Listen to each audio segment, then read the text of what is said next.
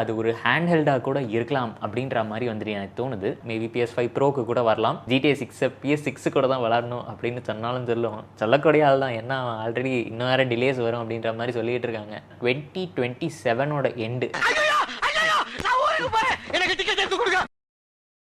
ஆமாம் மக்களே, நம்ம ரொம்ப நாளாக காத்துக்கிட்டு இருந்த PlayStation 6 பற்றி வந்துட்டு ஒரு ரீசெண்ட் அப்டேட் ஒன்று வந்திருக்கு. இட் குட் பி PlayStation 6 இல்லைன்னா வந்துட்டு அது ஒரு ஹேண்ட் ஹெல்டாக கூட இருக்கலாம் அப்படின்ற மாதிரி வந்துட்டு எனக்கு தோணுது. நீங்கள் என்ன நினைக்கிறீங்க அப்படின்ட்டு கமெண்ட் பண்ணுங்கள். பட் அதுக்கு முன்னாடி அந்த அஃபிஷியல் அனௌன்ஸ்மெண்ட்டில் என்ன சொல்லியிருக்காங்க அப்படின்ட்டு பார்த்துருவோம். ஸோ நமக்கு PlayStation 6 பற்றி பார்த்திங்கன்னா மார்க்கு ஒரு சில நியூஸ் எடுத்து வந்திருக்காரு. இவரில் இந்த மார்க் சர்னி அப்படின்றவர் வந்துட்டு நியூஸ் எடுத்துகிட்டு வந்திருக்காரு. ஸோ லாஸ்ட் வீக் வந்துட்டு பிளேஸ்டேஷனோட அஃபிஷியல் சேனலில் ப்ராஜெக்ட் ஆமெத்திஸ்ட் ஃபார் ஃபியூச்சர் கன்சோல்ஸ் அப்படின்ற மாதிரி டைட்டிலான வீடியோவில் வந்துட்டு மார்க் சர்னியும் AMDயோட SVPயான ஜாக் ஹியோனும் வந்துட்டு பேசியிருக்காங்க. அதில் வந்துட்டு 3 முக்கியமான விஷயங்கள் சொல்லியிருக்காங்க. அதில் 2 வந்துட்டு ஹார்ட்வேர் டெக்கு, 1 வந்துட்டு software deck that could potentially come to PS5. Maybe அந்த டைமுக்குள்ள டெவலப் ஆச்சுன்னா மேபி PS5 ப்ரோக்கு கூட வரலாம். அந்த 3 விஷயம் என்ன அப்படின்ட்டு பார்த்தீங்கன்னா neural array, radiance cores and then universal compression அப்படின்ட்டு சொல்லிடுவாங்க. இதெல்லாம் என்ன ப்ரோ அப்படின்ட்டு உங்களுக்கு ஒரு கேள்வி வரலாம். சொல்கிறேன், மக்களுக்காக சொல்கிறேன். சரி, பேசிக்காக நியூரல் அரே அப்படின்றத அவங்க என்ன சொன்னாங்கன்னா வந்துட்டு உங்களுக்கு பேட்ச் ப்ராசஸிங் பண்ணும், இண்டிவிஜுவலாக இல்லாமல் வந்துட்டு மொத்தமாக ஒரு பெரிய சங்க் ஆஃப் டேட்டாவை ப்ராசஸ் பண்ணும் அப்படி இப்படி சொல்லியிருப்பாங்க. சிம்பிளாக சொல்லணும்னா அது வந்துட்டு PSSRோட நெக்ஸ்ட் வெர்ஷன். PSSR என்னதுன்னா PlayStation spectral super resolution.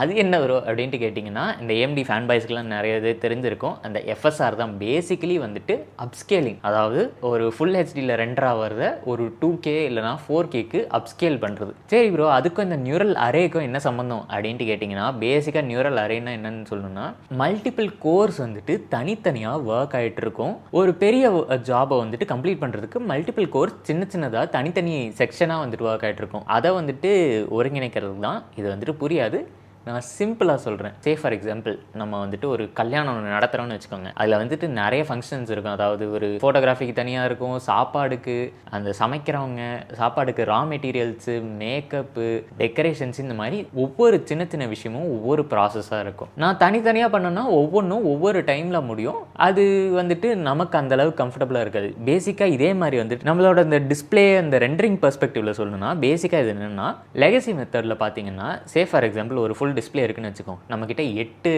Neural course இருக்குது. அந்த ஒவ்வொரு கோரும் வந்துட்டு ஒவ்வொரு பார்ட் ஆஃப் டிஸ்பிளேவை ரெண்டர் பண்ணும். ஒரு பார்ட் வந்துட்டு மேபி கொஞ்சம் ஃபாஸ்டராக ரெண்டர் பண்ணிடலாம், ஒரு பார்ட் வந்துட்டு கொஞ்சம் ஸ்லோவராக ரெண்டர் ஆகும் மில்லி செகண்ட் கேப்பில். அந்த டைமில் தான் வந்துட்டு நமக்கு இந்த கோஸ்டிங் எஃபெக்ட்லாம் வரும். சரி, கோஸ்டிங் எஃபெக்ட்னா என்ன அப்படின்னா அதை இவர் எக்ஸ்பிளைன் பண்ணுவார்.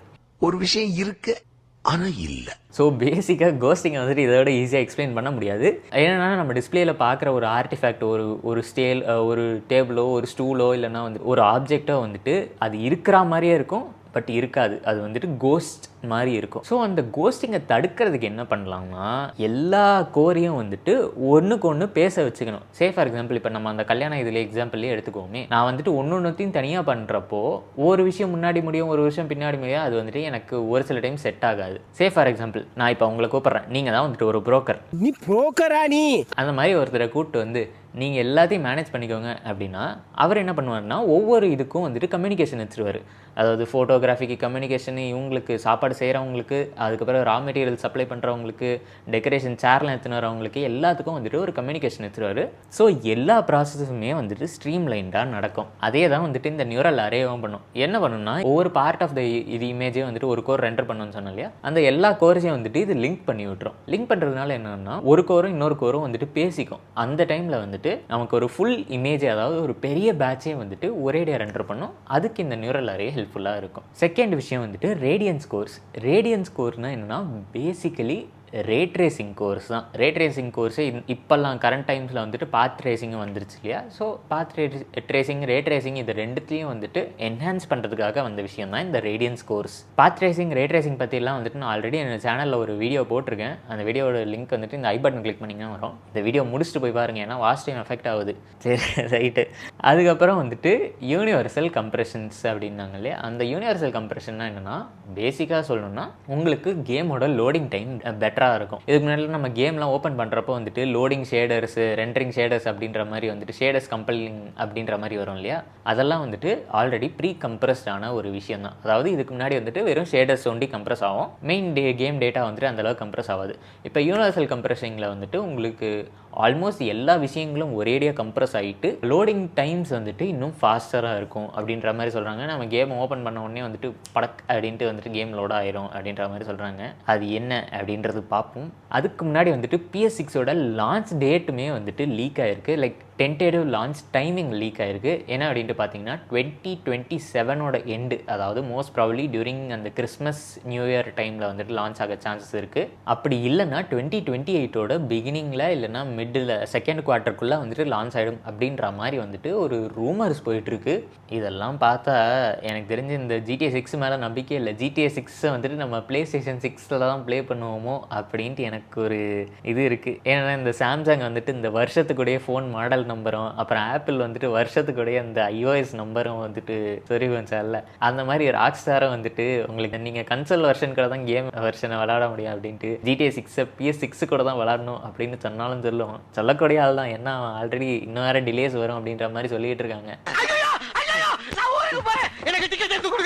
அதுக்கப்புறம் முக்கியமான விஷயம், இந்த ப்ராஜெக்ட் அமெத்திஸ்ட் அப்படின்ட்டு இவங்க டிஸ்கஸ் பண்ண விஷயம் எல்லாமே வந்துட்டு இட் இஸ் நாட் ஃபைனல். இது எல்லாமே வந்துட்டு இன்னும் சிமுலேஷனில் தான் பண்ணியிருக்காங்க. அதாவது அந்த சிப்பு எஸ்ஓசியை வந்துட்டு சிமுலேட் பண்ணுவாங்க இல்லையா, அந்த சிமுலேஷன்லேயே பண்ணியிருக்காங்க. அஃபிஷியலாக டிவைஸ் வந்து அவங்க செமிகண்டக்டர்லாம் எடுத்துகிட்டு வந்து அந்த சிலிக்கன்லாம் வச்சு அதில் வர ரிசல்ட்ஸ் வந்துட்டு மோஸ்ட் ப்ராபப்லி டிஃப்ரெண்ட்டாக இருக்கும். நமக்கு அந்த இதில் ரெண்டரில் காட்டின ரிசல்ட்ஸ் எல்லாமே டிஃப்ரெண்ட்டாக இருக்கும். பட் இந்த டெக் எல்லாம் வந்துட்டு கூடிய சீக்கிரம், அதாவது அவங்களோட அடுத்த ஜென்ரேஷன் கன்சோல்ஸில் வரும் அப்படின்ற மாதிரி சொல்கிறாங்க.